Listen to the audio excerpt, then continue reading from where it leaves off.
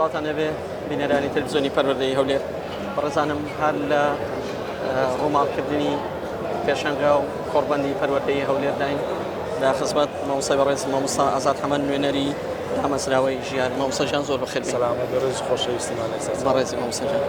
مامۆستا ئەم پێشەنگایە و ئەم کۆڕبەندە یەکێکە لە نمونەیترین پێشەنگا و کۆڕبەندی پەروەردەیی لەسەر ئاسیای هەرێمی کوردستان و عێراقدا.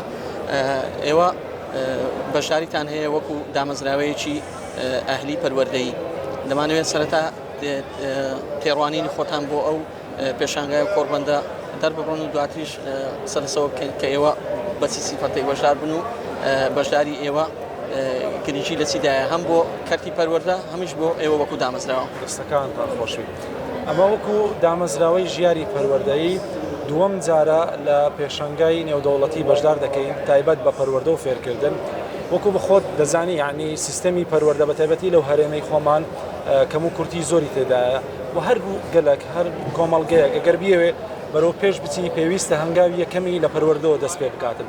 بەشداریکردنمان لەم کۆڕبەندە لەم دووەمین پێشەنگایە بە گرنگی دەزانین بۆ ئەوەی لە نزیکەوە هەم ئاشنابین لەگەر زانکۆکان و قوتابخانە تایبەتەکان و پاشان بەرپرسانی پەروەردە کە لە نزیکەوە بەشداری وەرکشۆپ و پانێڵەکان دەکەن و بەشداری کۆڕبەندەکان دەکەن بۆ ئەوی بتوانن لە نزیکەوە پەیامەکانیان ببینی لە نزیکەوە لێکتێگەیشتنەکمان هەبیتن هەروەها پلان و استراتیژیەکی داهاتوو لە بۆ پەروەردەدا بنین بۆ ئەوی بتوانین هەموو ئەو کەوادیر و بەرپرسانەی پەروەردە کە ئێستا کە بەشداری ئەو پێشەنگانی و دەوڵەتیان کردیە لە نزیکەوە ئاشنای یەکتر بن بۆ ئەوی بتوانن کاری جددیتر و باشتر بکەن. ئێمە وەکو دامەزراوەی ژیار وەکو ساڵانی پێشتر لە یەکەم ئەوە بەشداریمان کردو ئێستا لە دووەم پێشەنگا بەشداریمان کردیە بە دەستمان هەیە لە بەرەو پێشتردنی پەروەردە. یەک لەو شتانی کە هەمانە گۆڤاری پەروەردەیی ژیارمان هەیە کە لە ماوەی 10 ساڵی ڕابردوو کە گۆڤارێکی وەرزیە بەردەوام کۆمەڵێک قەڵەمی بوێر کۆمەڵێک قەڵەمی پەروەردەناس کە ئیش لەسەر چەمچی پەروەردە و بابەتە پەروەردەییەکان دەکا کاری جددی کردیە بە ئەوەی بتوان ئەو پەیامە پەروەردەیانە بگاتە دەستی بەرپرسانی پەروەردە. لە بەرامبەر گۆڤارە پەروەردەیەکە تیڤی ژیارمان هەیە لەگەر یوتیوبی ژیار کە ئەوانە بەردەوام کۆمەڵە مامۆستانە کە لەناو هەموو قوتابخانەکانی دامەزراوەی ژیار وانەکان پێشکەش دەکەن محاولەمان کردیە هەوڵماندایە لە تیڤی ژیار و هەروە لە یوتیوبی ژیار ئەو بابەتانە بگاتە هەموو ماڵ و هەموو شوێنەکان بەبێ ئەوەی تەرکیز لەسەرەوەی بکەین هەموو ئامانزمان بریتیبی لە پارەخڕکردنەوە. ئەمێ ماوەکو دامەزراوەک هەوڵی یەکەممان بریتە لەوەی کەوە کار لەسەر چەمچی پەروەردە بکەین لەسەر بەها باڵاکان بکەین لەسەر کارامەیەکانی ژیان بکەین چونکە کۆمەلگە پێویستی بەچێ هەیە کۆمەلگەی کوردیمان پێویستی بەوەی هەیە کرچووکاڵی لە چەمچی پەروەردە و شێوازی پەروەردەکردنمان هەیە. لێ ئەگەر سیر بکەین بەرپرسانی سیاسیمان بەرپرسانی پەروەردەییمان هەر کەسە کە سەردانی وڵاتەکەمان دەکا باس لەوەی دەکا کاکە پێویستە لە بواری پەروەردە هەنگاو بنێن هەنگاوی جددی بنێن لە بەرەوەی کەم و کورتی هەیە هەمومان دانیش بەوەی دەنێن کە کەم و کورتی زۆرمان هەیە لە بواری پەروەردە.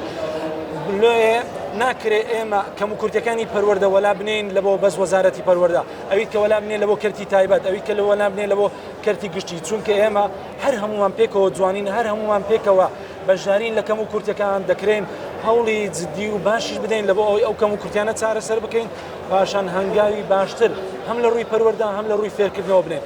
دامەزراوەی ژیار لە ماوەی ڕابردوو لە ڕووی فێرکردنەوە توانیتی ساڵانە پۆلێکی زۆر لە قوتابیان پێشکەش بە زانکۆکانی هەرێمی کوردستان بکە بە نمرەی زۆر بەرز. زانکۆکانی هەرێمی کوردستانیش تایبەت نا کە لەو پێشەنگایی بەس ئەهلیەکان بەشداریان کردیا نەخێر زانکۆی سڵاحەدینمان هەیە کە یەکە لە زانکۆ باشەکان و هەروە زانکۆی تیشکمان هەیە زانکۆی کوردستان و باقی زانکۆیەکانی دیکەمان هەیە کە ئەوانش ڕۆڵەکانی ئەو گەلەی پەروەردە دەکەن و دەتوانن ئێمە بەشێکین لەو کایە پەروەردەی و فێرکردنەکەەوە بتوانین ڕۆڵی بەرچاومان هەیە ساڵانە پۆلێک لە قوتابیانە پێشکەش بە زانکۆکانی هەرێمی کوردستان دەکەین. بەڕێز مامۆستا ئازاد حەمەد نوێنەری دامەزراوەی ژیار زۆر سپاس دەکەین کە لەو ڕوومانە لەگەڵماندا بوو.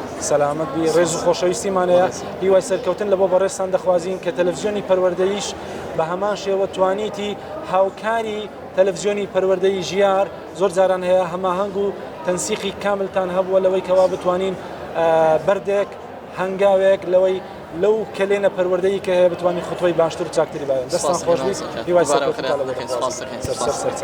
بەڕێزانم لە میانەی ڕۆماڵخانەکاندا مامۆستا سەرپەرشتیاران ڕێبەران دەدوێنێت کە میوانێشتر بەخواتە نەسپێن.